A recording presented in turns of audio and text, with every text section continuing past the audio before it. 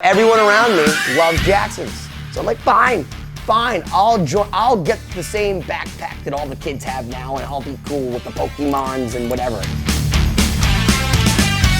I'm in a band called Lost Symphony, and I realized that Lost Symphony is like a giant Jackson ad because we play with Marty Friedman, David Ellison, Jeff Loomis, Angel Vivaldi, Ethan Brosh, Satchel, Joey Concepcion. Almost everybody plays Charvel Jackson on this album. And I've never been a Jackson guy. It's not because I don't like Jacksons. It's because everyone that has nice Jacksons wants crazy Jackson money for it. Jacksons are not as ubiquitous as PRS. If you don't know what that means, go watch Anthony Bourdain. It means plentiful, everyone has them. But the American ones, in my opinion, are really, really, really nice. And if you look online and try to buy like an American Randy Rhoads, someone wants $6,700 for it. Like, what?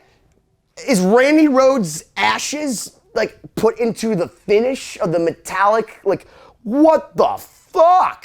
All the guys that have the good Jacksons, all the guys that have the good ESPs, like, know the good ones.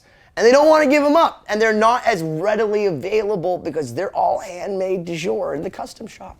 One of my buddies, good looking out, saw a collection of Jacksons go up. And like we went down, like it was funny because my buddy called one of our friends. He runs a music store. And he's like, I think you have these up for too cheap. He's like, oh yeah? You think so? He's like, why don't you buy them? So we bought all of them, literally all of them, because they're awesome. And I got 3 of the 6 guitars. The first one I see is this. This is a work of art. I happen to like really crazy looking stuff. And this to me looks like a Lichtenstein. A Lichtenstein? Do you know who Lichtenstein is? He was a 60s artist that used like this pointillistic style printing method to make like cartoons that looked like Dick Tracy, and he would do like this kind of stuff.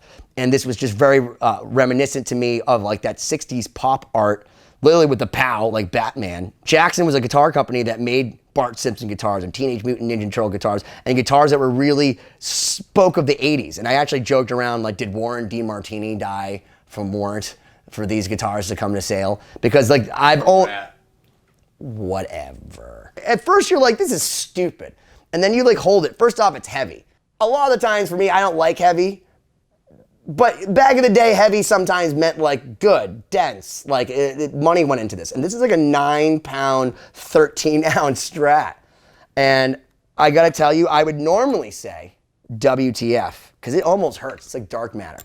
But this thing sounds uber bananas ridiculous. And we'll get into a demo at some point, but we've got way too much on our plate today. But I'm just gonna tell you about this to start, and you can just wait, okay? First off, I'm not a maple guy for the most part, but this is like the most comfortable, fast, shreddy. If you want to do sweep picking stuff like neck, you pick it up and you go, this is what a Strat's supposed to feel like.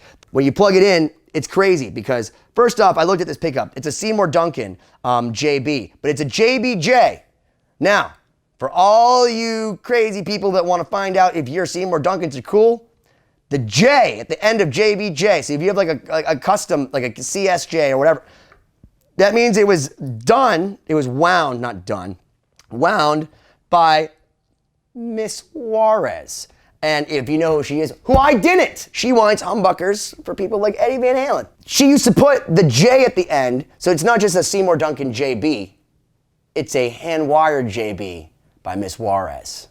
So that makes it cool, because it is literally a custom shop pickup, and it's not just a Seymour Duncan you threw in for $80. This pickup, like, there's no such thing on this of clean on this guitar. It has like a built-in distortion. Like if you play it through like a normal Fender, it will still overdrive it, and it's a passive pickup. But holy crap, everything, all this is like, you want to go to 8, 9, 11. This is like the Spinal Tap. Somebody put this ingenious device that I was unaware of because I was like, what alien is abducting me right now? But you can actually open and close the clasps on the Floyd Rose. I can't even say Floyd Rose because I don't use them. And if you look in the back, it's a Jackson custom shop. It says San Dimas.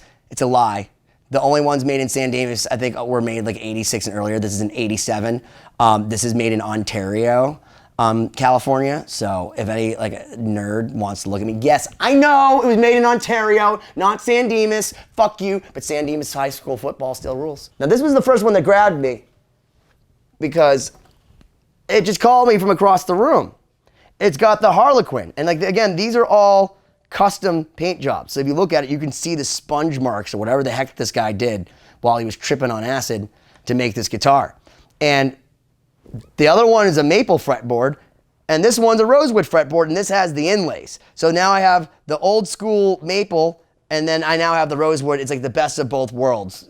These are beautiful pieces of mother of pearl. And before the pearl shortage, one of the things that they said, you know, when people were faking a lot of the stuff, that was that Jackson and Dean were really the only two guitar companies making consistent models that required pearl big enough to cut out like these shark fins. Like this is a lot of mother of pearl. So that's cool.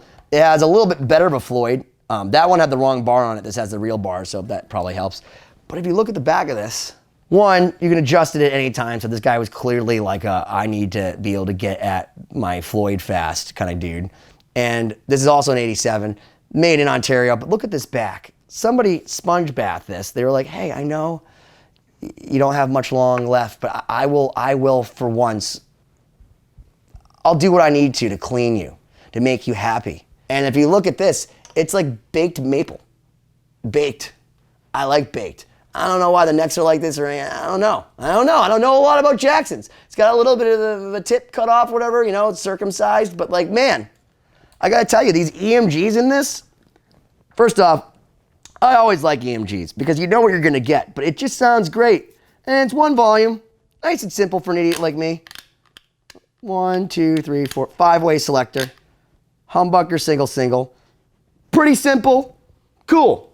I showed up to get those ones and then this was pulled out. And he wanted like a decent amount. It wasn't crazy money, but it was enough money where I was like, but I'm already spending this money on this other stuff and I want that more. And he's like, well, maybe I can trade you. Oh yeah. So I actually traded a Nags Kanai, which is really, it's like a $3,500 guitar. It was really, really nice.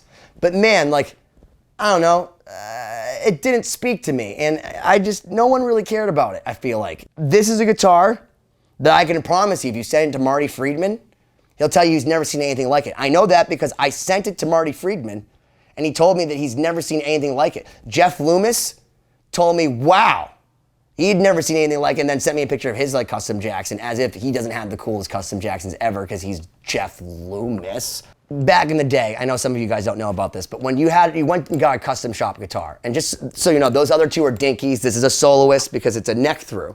So that's one of the distinctions, that those are the dinkies, this is a soloist.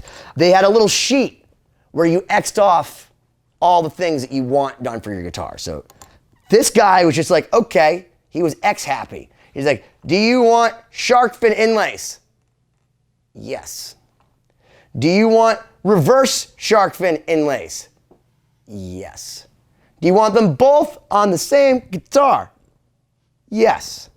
Do you want Sigmund Freud's acid trip on the top of it? Yes, also on the pickups, obviously. Do you want the Rising Sun crazy logo from the cover of Michael Crichton's book with Wesley Snipes and the guy that played James Bond that just died? The True Blue 007? Mr. Connery, can you put that on the guitar?